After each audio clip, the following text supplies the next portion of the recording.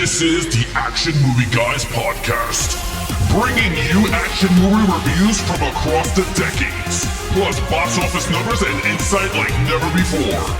And now, your hosts of the Action Movie Guys podcast, Alex and Nate.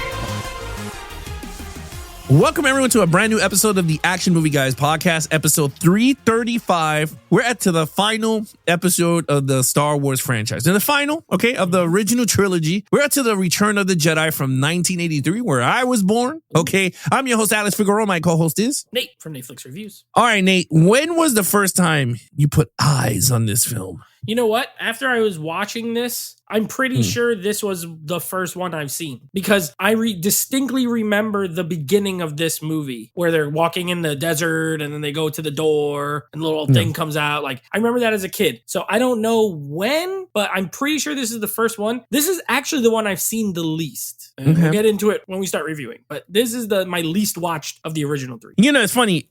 This was the first one I seen because this was when I was born. So this one I was like, I watched it first, then the other ones came after. I got, it's funny, as my favorite one, and then maybe I'm stamping it because of my year of birth, and this is the first time I watched it. Yeah. Yes. Other than that, I have not seen this movie in a long time. Because when I started to watch it, I said, whoa, there's some things here that I was like, I'm kind of off here. Who's this character? I was just like, I was just like, wait a minute, it's been a while. But the thing is, I could say that with the Star Wars original trilogy. Like, I'm not going to say, I watched straight back. I don't go back to these. I don't gravitate back to these like over and over watching. Like I have friends, Ralph does it. Our friend Ralph, Horror and Coffee, he goes back, he watches them all. I don't. I like to just do the 1 through 9. I'm done. But this is the first time I'm doing a 1 through because of our podcast. Doing it in the order of release. Yes, we're doing it in the order of release, but this is our first watch through doing 1 through 9. Right. I have not done it after 7, 8, and 9. Once Rise of Skywalker came out, we're going to just talk about what? I disowned the franchise.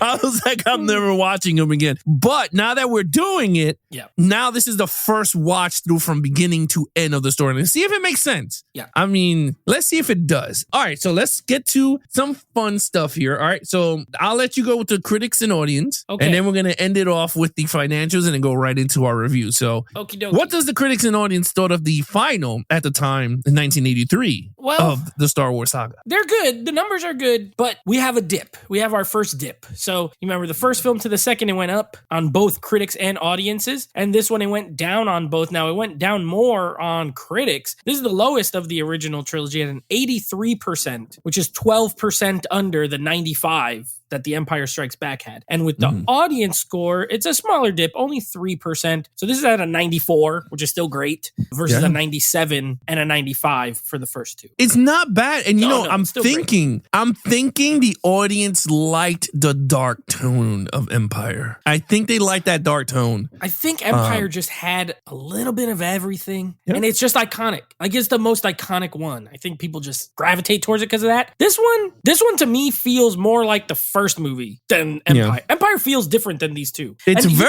you made a comparison last week to Indiana Jones. And that's what I was just going to say. I feel the same way about that franchise. 1 and 3 feel like similar, and then 2 feels like this other movie with the same people in it. Yeah. This movie felt like it. This felt like the Last Crusade of the Star Wars. Right? I agree with you on that. I mean, when I saw Empire, I was like, wait a minute, this looks exactly like Temple of Doom. The same feel and everything. And it does. But again, did that hurt this film going from people's mindset, right? Like as fans, when you watch Empire Strikes Back and then you watch Return of the Jedi, I have a feeling a lot of people liked the way the story was told in Empire. You know what I mean? Like that whole dark tone. It felt more realism to it. So with that said, let's get to some financials here because it took a dip. It actually took a dip. Yeah. So budget-wise, it went up. It went up to $32.5 million. Okay? So it kind of doubled from, I believe it, from the other one. Worldwide is $475 million.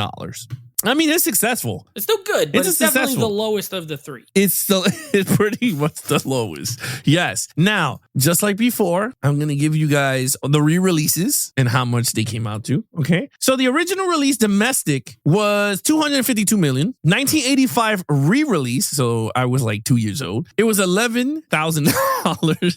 Okay. 1997 special edition came out. That was $89 million. Star Wars May 4th. There was a one-time only 340 when you stay there. 2020 re-release was 217,000. On 2023 re-release, it was only $7 million.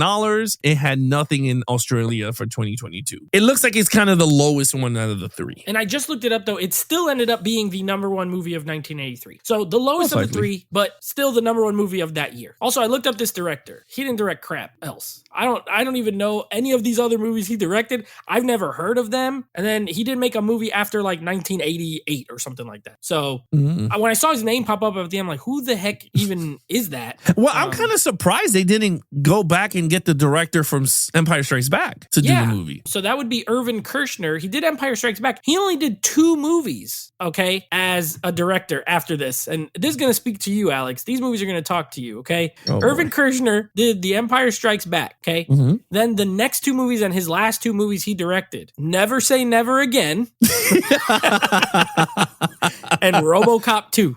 Oh, Jesus. Those were his last 2 movies, and he never made anything again. Well, I will say this. Never Say Never Again is a pretty good movie. Yeah, no, it's a Bond movie. But it's a pretty decent film that's not connected to the franchise. Yeah. Now, RoboCop 2, I never seen it, so I can't give you... Well, don't worry. We got it on the list in the future. Oh, Jesus. Okay, so, yeah, so we don't know it's rated yet. R. At least it's not like RoboCop 3, that's PG-13. Maybe, but I'm kind of shocked that Lucas didn't ask this guy to come back to finish. If this is the best one out of all of them, or just make it why himself. would he not come back? Why did he directed the first one? He was like, I don't want to do this anymore. I'm done. I made too much money. I'm just going to let other people do it. He's like, maybe the backstage politics. Maybe. Right? We don't know what goes on backstage. Yeah. Maybe. It could be. All right, so there you go. TH whatever movie, then he made American Graffiti, Star Wars, and then he didn't make another movie to like the prequels or something. Direct, as far as direction. George Lucas, yeah, he didn't need to. He's George Lucas is a great visionary. So like he gave you Indiana Jones. He's a movie saga. He's like a movie maker who didn't want to direct the movies. Yeah. Storyteller. Yeah. He just has a good visual, like he knows how to put story. He's a good storyteller. Yeah. It's just he didn't want to do the actual story, putting the picture together. He's like, wait a minute, how does this work? How about it if I give you the scripts and you just do what you got to do? Yeah. But yeah, I mean, it is what it is. All right, so let's get right into the movie review, okay?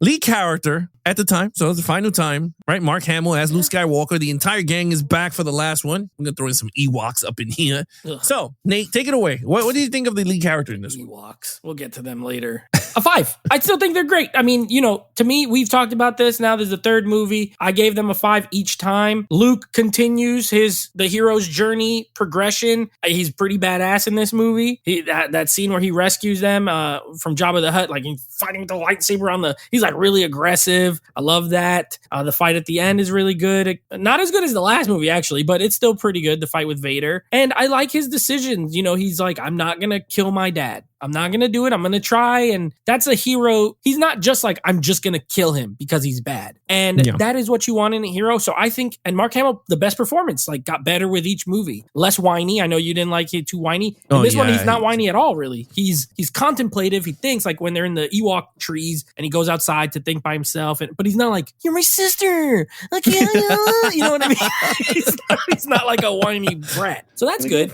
As far as Leia and Han, their dynamic continues to be fun. I like it. I like how they reverse the lines. She has the gun. He's like, oh, I love you. And she's like, I know. That was a good reversal of it, So I like it. I like them. C-3PO is a little annoying in this. Like he's annoying with the Ewoks. I can't pretend to be it's like, just shut up and do what I tell you to do. Like, what? You're a robot. Stop it.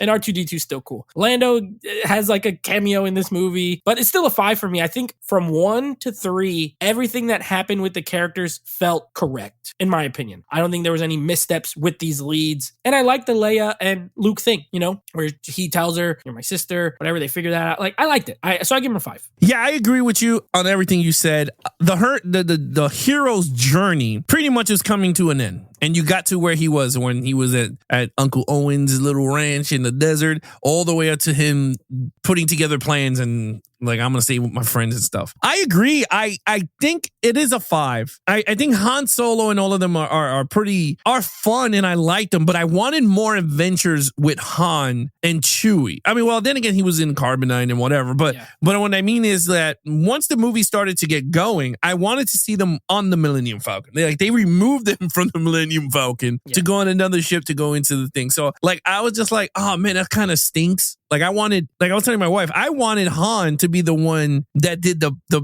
battle of the flying the ship at the end. Instead of Lando. Where Lando did. Yeah. Huh? Instead of Lando. Yeah, instead of Lando. Like he's like, maybe he could say that famous line, like, Chewie punch it when it's about to blow and then you see it just punch out. Because I think the audience would have, with Han doing that, talking to Chewbacca, saying, punch it while all the flyers going through. Because people are already engaged with Han. Because that's you don't want him to die. Right. Where Lando, you're like, I don't give a crap.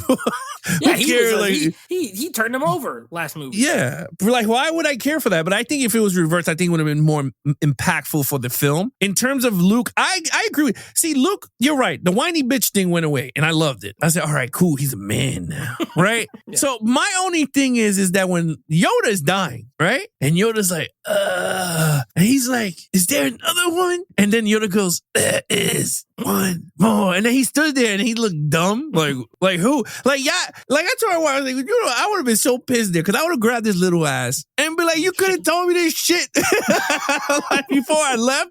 Like, Leia's my sister. Yeah. Like, but like all that, like I kind of liked it. Like, he's like, I'm going to keep a promise to an old friend. I'm like, how is he your old friend? You left his ass one time. Like, true. Like that shit is funny. But again, at the end of everything, Luke is a well-rounded character. You're right. The arc of him, redeeming his father back to the light side, where we'll talk about that main villain. I do like that he punked the Emperor. Yeah. He's like, I'm not killing my dad, bro. Like, he's like, you ain't doing nothing to me to change me otherwise. Yeah. And he's like, so be it. And I was like, ooh, love it. The 80s makeup. You saw that. Like, it reminds me of Masters of the Universe. The Emperor's like, he looks like he's just painted gray.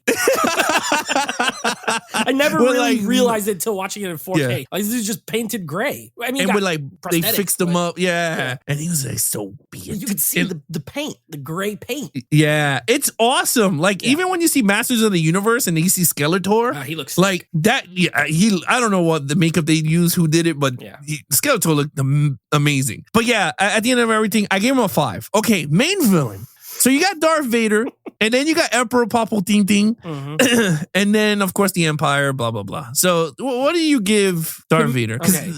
Okay, to me... Be honest, because I already know where you're going to go with this. I'm going to be honest. I don't care. Listen, I don't care. This is not my favorite franchise of all time, so I don't care if everybody gets mad at me. Whatever. They're great movies. I understand. I understand their historical value. These are not movies that I grew up watching. It's not my favorite, so I don't care. These villains in this movie are the worst out of the whole first 3.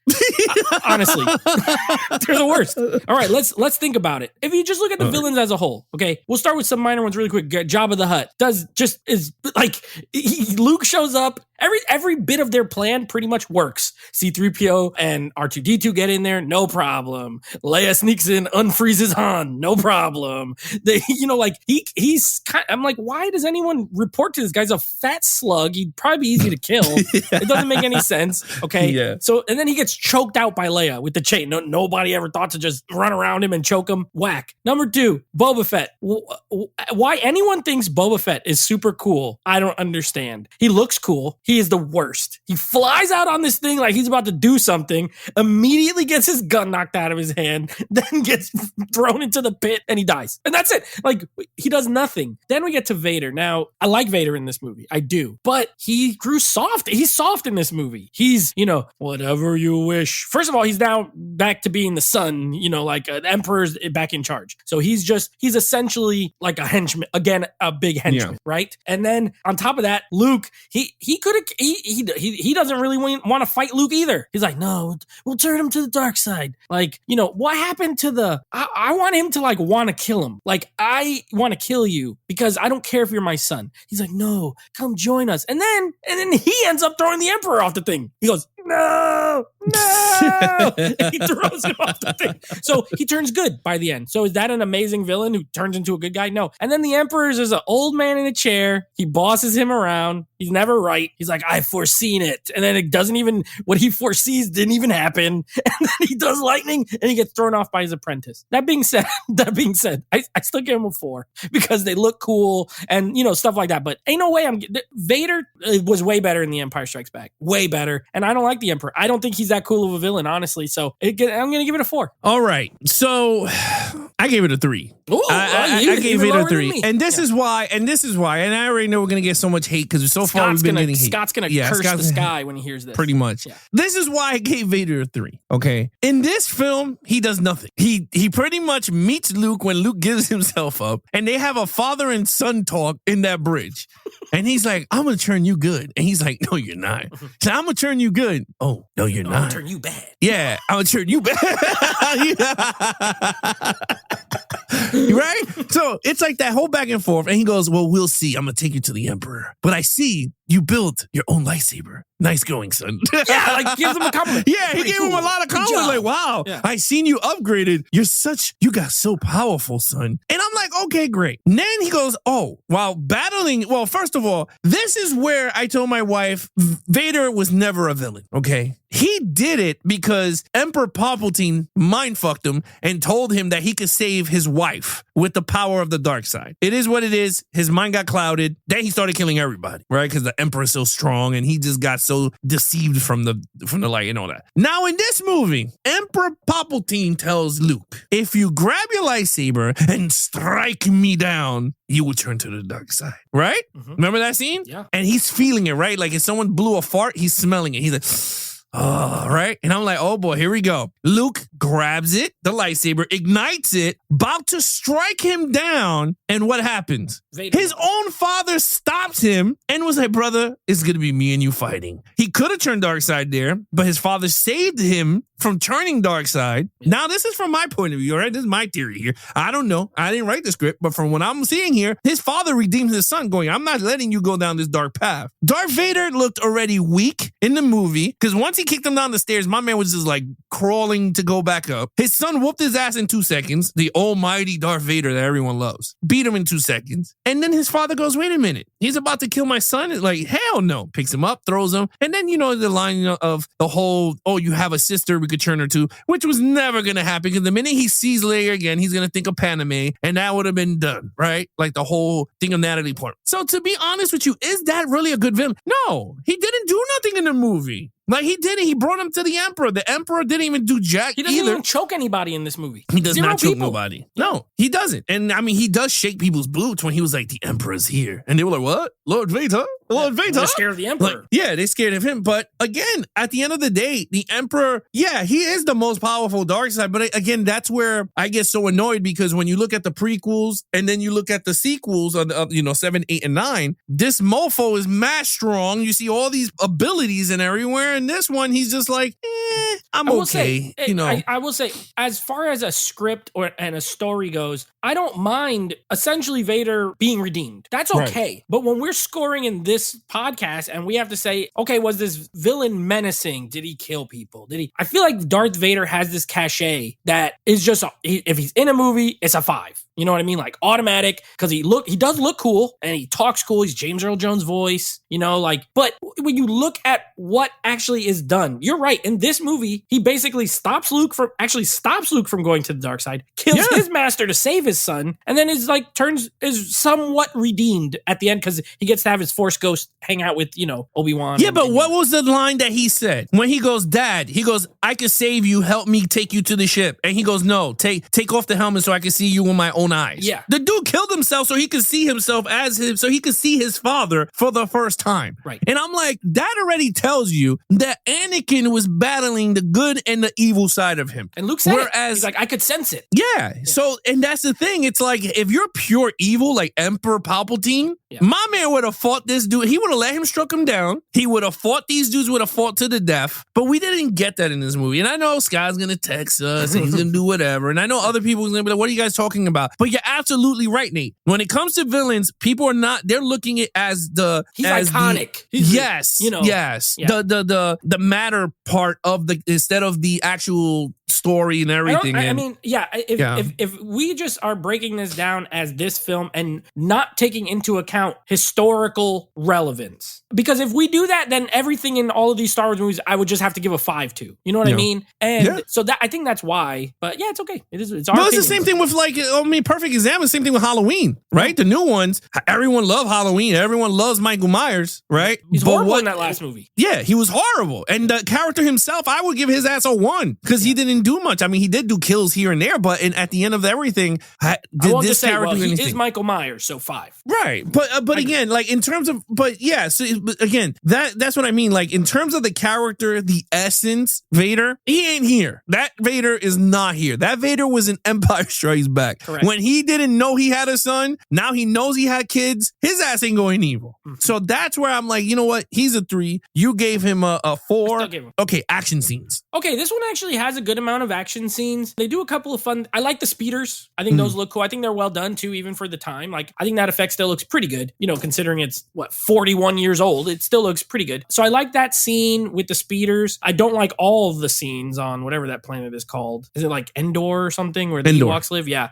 Like I hate when the freaking the walkers come out and they smash it with 2 logs. It just blows up, and then another one just trips and falls and explodes. Like, if all you gotta do is knock it down, why not everybody just take out its legs? It will just blow up. So I don't love everything there, but the fight with Darth Vader and Luke, it's good. But again, I think the one in Empire is better. I think it was better. Now, this one, they were going a little faster. They're starting to speed up a little bit with the movements, which I like. So it was fine. But the speeder stuff is cool. We got some space, we got some space battles. We get some flying. We get sort of remixed version of the first movie where instead of just dropping a bomb in a hole, they fly the whole ships into the Death Star and everything. It's cool. I gave it a 4. I think this is on par with the other movies. I still don't think it's a 5. Yeah, I'm not going to hold this back. I gave it a 4 for the same reasons you gave it. The only thing I will add in, I think the fight between Luke and Vader was kind of watered down because I have a feeling they did not know how to end this thing. I don't even know I don't think they knew what more they could do with that ending. Yeah. I personally believe that, because I think what they should have done was have them fight it out first, have Emperor Palpatine zap him with the lightning, and then do the whole redeeming shit, when he figures out, like, he's calling for him getting zapped, because that's what made him, wait a minute, that's my son dying right here. So I think they should have had a big battle, like a 5-minute scene or whatever, let Emperor Palpatine zap his ass, and then that's when Darth Vader, because the whole thing of him hitting him hard and then cut the arm off and then he realizes they both had the same arm mechanically. Yeah. To me, I was just like, like, it didn't do nothing for me. Just that Luke looked like he was tipping the dark side, because he started to get angrier, because that's when he said, we could turn your sister into the dark side. And then he was like, no. And then he was just like, zoom, zoom, zoom, bang, bang. And then they went all over the place. Yes, Endor, I wasn't too crazy with that whole scene with Endor and the speeder. To me, looked kind of it looked funny. It does. I was just like, it looked great good for what it was. Yeah. But I wasn't too crazy with it. The fights there wasn't as big and grand. I like the spaceship scenes when they're out of space with the Millennium Falcon. That's my joint. So again, I gave it a 4. Storyline. This is my least favorite, these trilogy movies. Nothing barely happens in this movie. As far as story, let's look at it. The first 40 minutes is just them rescuing Han from Jabba the Hutt. Literally, I checked, it's 38 minutes. The first 38 minutes is people constantly coming to Jabba the Hutt's and then either getting captured or getting rescued. That's all it is. There's no plot there. Like, there's nothing that moves the story other than Han is frozen. We got to get him. In my opinion, that first 38 minutes, it could have been 15 minutes and I would have liked it better. It feels like it's just going on and there's no cutaways, barely, right? Like, they show Vader a little bit, very beginning, and then that's it. you're just there in this dungeon and this cave and then this, and I'm like, okay, it's a set piece. There's some action in it, but there's no story there. The story doesn't start until they leave there. And then Leia and Han, and then they're coming up with the plan, the other Death Star. They got to blow it up. So the plot of the movie doesn't really kick off until like almost 40 minutes in. And then once it does, all you get is Luke pretty much, I mean, he's there with them. But he's pretty much like, I got to fight Vader. Okay, yes, we understand that. And then Han and Leia hanging out with these little teddy bears on trying to shut down the shield. That's literally the whole plot of this movie. Luke's got to fight his dad. They got to shut down the shield so they could blow up the Death Star. You do get some stuff with Vader and Luke, right? And you get Leia finding out that they're brother and sister. But other than that, plot and story, there's nothing else there. There's no big twist. There's no big reveal like how you had in Empire. To me, it's weak. I gave it a 3. I think it's still, like, the characters are still well written enough, but this is the most boring one to me. I know you said the first one you found kind of boring. To me, this one's always been the most boring one. All right, I gave this movie a 2. Whoa! In terms of storyline. Wow, okay. And this is what? One, it was boring. Yeah. This joint was boring. Once they got to Endor with the Ewok, I was like, this shit is boring. 2, Yoda and Luke finishing his training. I kind of liked it, and that should have started off the movie. Him going back to whatever, Dagobah or whatever the hell it was called. They should have did it that way. Anyway, other than that, I felt like the confrontation between Luke and Vader was kind of mad weak. I don't know if they knew which way they were going to go once he revealed that was his dad. The sister reveal to make it into a big plot. Oh my God, they're brothers and sisters. Okay, great. To me, I was just like, it is what it is in terms of that storyline. But the real reason I gave it a 2, honestly, it is the same shit as Part 4. Let's look honestly. Let's really look at it. We're rebuilding the Death Star bigger, stronger, and they can shoot from it, right? That's the first movie. That's already going, okay, what grand new thing is there? Nothing. How do we take off the defensives? The first movie, Obi-Wan just went boom from the inside, and Luke had the chance to shoot into this little barrel and blew it up. Well, this one they went, we're going to make a thing in a bottom of a planet. All you have to now go there is blow that up, and it blows off the defenses up there, and no holds barred. Now you have to drive into it and then blow it. So I'm like, this has no imagination at all. Everything seems the same. And this is why I get annoyed, because then when Force Awakens come out, it's the same shit as part Return of the Jedi and A New Hope. I'm like, there is no new storytelling. And I felt like Return of the Jedi, you did get it. Luke finished the storyline. Luke became a Jedi Knight. Leia, you find out she has Jedi powers. Darth Vader dies. He becomes, he goes with the Force. Emperor Palpatine, we don't know what happens to him. But the problem is, it's the same freaking movie as A New Hope. Nothing different. And then you have teddy bears, Ewoks, that has nothing to do. And I think he only did that so he could add new creatures and people, and for toys. Yeah, at the end of the day, it's a toy money-making billion-dollar company. I mean, during that time, it was a billion-dollar franchise. So I don't know what to tell you, but in terms of, I know people are like, oh man, you crazy. This shit is a 2. Even Luke becoming a Jedi, they don't even really explain it. Okay, at the end of Empire, they're standing there on the ship. They've pretty much been jacked up. Han's gone. This movie starts and it just says Luke is, they're going he went and became a Jedi Knight or whatever.